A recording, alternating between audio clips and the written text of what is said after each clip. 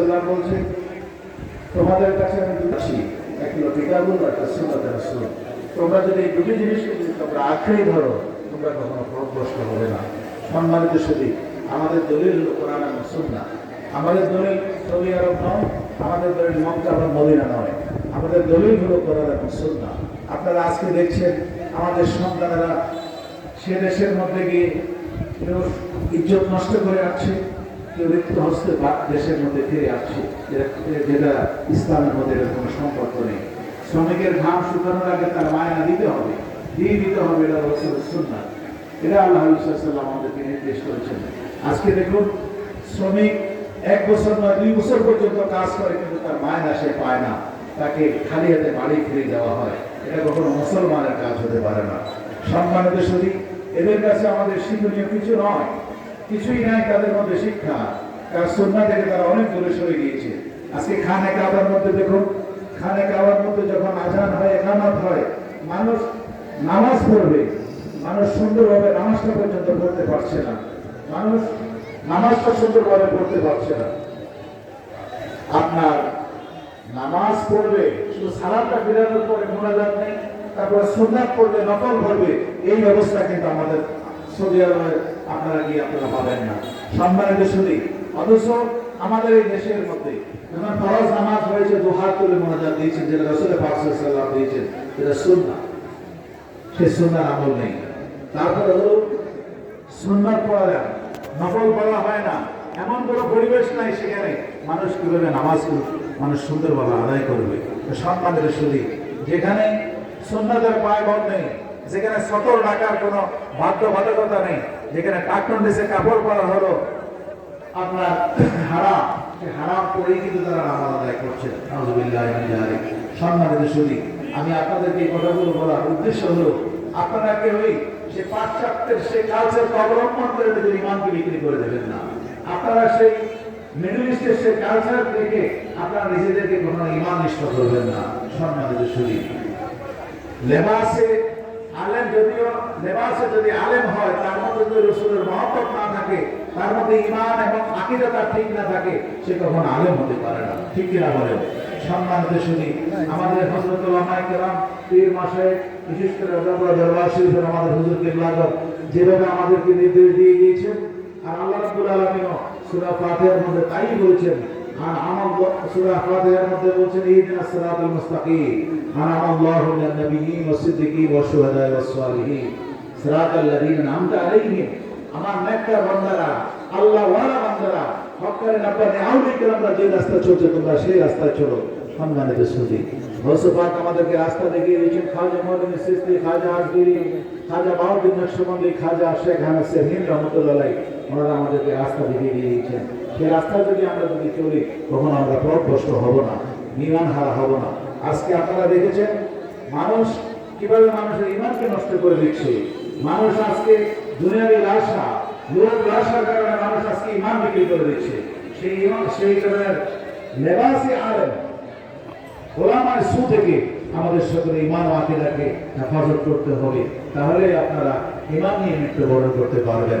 তা না হলে ঈমান নিয়ে মৃত্যুবরণ করা আমাদের কোশ্চিনকালও সম্ভব হবে না।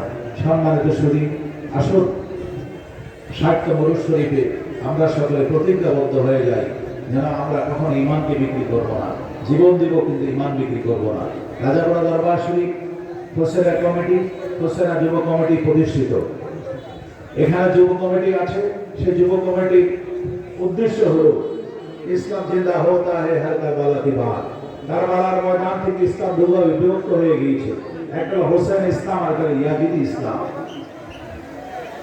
হোসেন ইসলামে যারা ছিল তারা কিন্তু নিজেদেরকে মুসলমান দাবি করেছে, আবার ইয়াজিদি মুসলমান যারা, তারা কিন্তু মুসলমান দাবি করেছে। ঠিক কিনা বলো? কিন্তু কার দোয়া আল্লাহর দরবারে কবুল, কার সিজদা আল্লাহর দরবারে কবুল হয়েছে? মুসাইলের কাফেরের মধ্যে আযানে ইকামত এবং জামাতে নামাজ হয়েছে, ইয়াজিদের কাফেরের মধ্যে আযানে ইকামত এবং জামাতে নামাজ আদায় হয়েছে। আপনারা বলুন কার নামাজটা আল্লাহর দরবারে কবুল হয়েছে? সম্মানিত সুধী, এভাবে যুগ যুগ ধরে আরো অনেক কিছু আপনারা দেখতে পাবেন, ধান্দাবাদ আর অনেক কিছু আপনারা দেখতে পাবেন। আজকে তো আপনারা শুনছেন অনেক কিছুই, সবাই বলতে কিছু নেই, সবাই মেরাজ নেই, ঈদে মিলাদুন নবী নেই, এরপরে হলো নামাজের মধ্যে আসছে শুধু ফরজ নামাজ পড়লেই চলবে। আগে আমরা ফরজ সুন্নাত এবং নফল নামাজ আমরা পড়তাম, এখন বলা হচ্ছে শুধু ফরজ পড়লেই চলবে।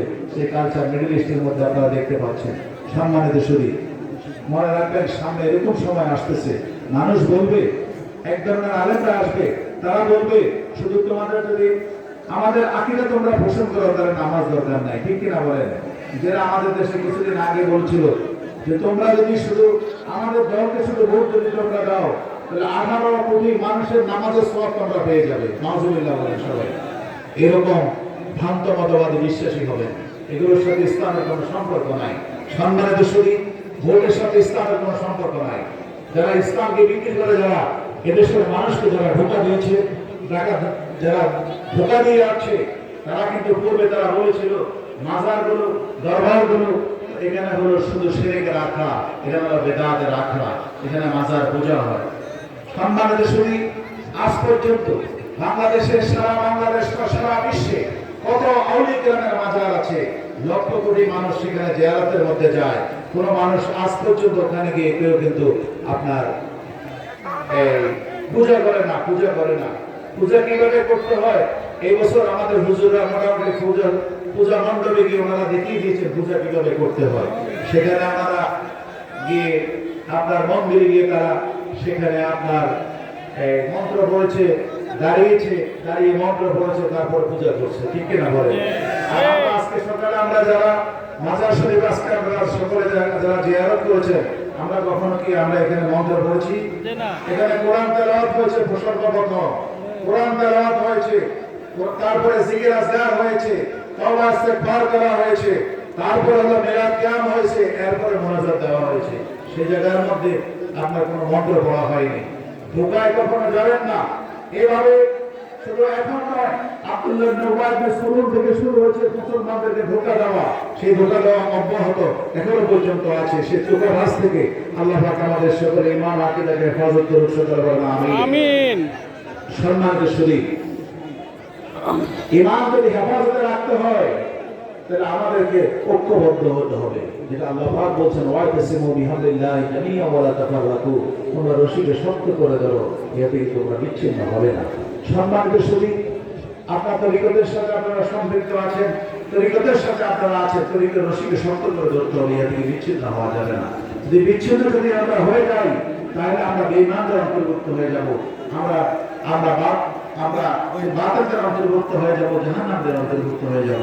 আসুন আমরা সকলেই তরিকতের সাথে থাকি এবং হকের ব্যাপারে আউলিয়া কেরামরা যেভাবে আমাদেরকে দোসফা সুন্দর রাস্তা আমাদেরকে দেখিয়ে দিয়েছেন, যে রাস্তায় উনি আমল করে আল্লাহ এবং আল্লাহ রাসূলকে পেয়েছেন, সেই রাস্তাকে আমাদের উনি বাতিয়ে দিয়েছেন। আসুন না সেই রাস্তা আমরা হাঁটি, সেই রাস্তায় আমরা চলি, সেই রাস্তায় আমরা উনি যেভাবে আমাদেরকে হাঁটার কথা, আমল করার কথা আমাদেরকে বলে দিয়েছেন, আমরা সেইভাবে আমরা আমল করি। ইনশাআল্লাহ আল্লাহ পাক আমাদেরকে দুনিয়া এবং আখিরাতে তারাক্কি দান করবেন ইনশাআল্লাহ। আহলে সুন্নাত ওয়াল জামাতের মতাদর্শে বিশ্বাসী দরবার কিয়ামত পর্যন্ত দরবার আল্লাহ পাক যেন সঠিক আহলে সুন্নাত ওয়াল জামাতের মতাদর্শে বিশ্বাসী রাখে, এর জন্য আপনারা সকলেই দোয়া করবেন। ভবিষ্যৎ প্রজন্ম যারা আসবে তারা যেন হকের মধ্যে থাকে, তারা যেন এই সঠিক সিলসিলার মধ্যে তারা যেন সেই মান আকীদা বিশ্বাসে তারা যেন চলতে পারে।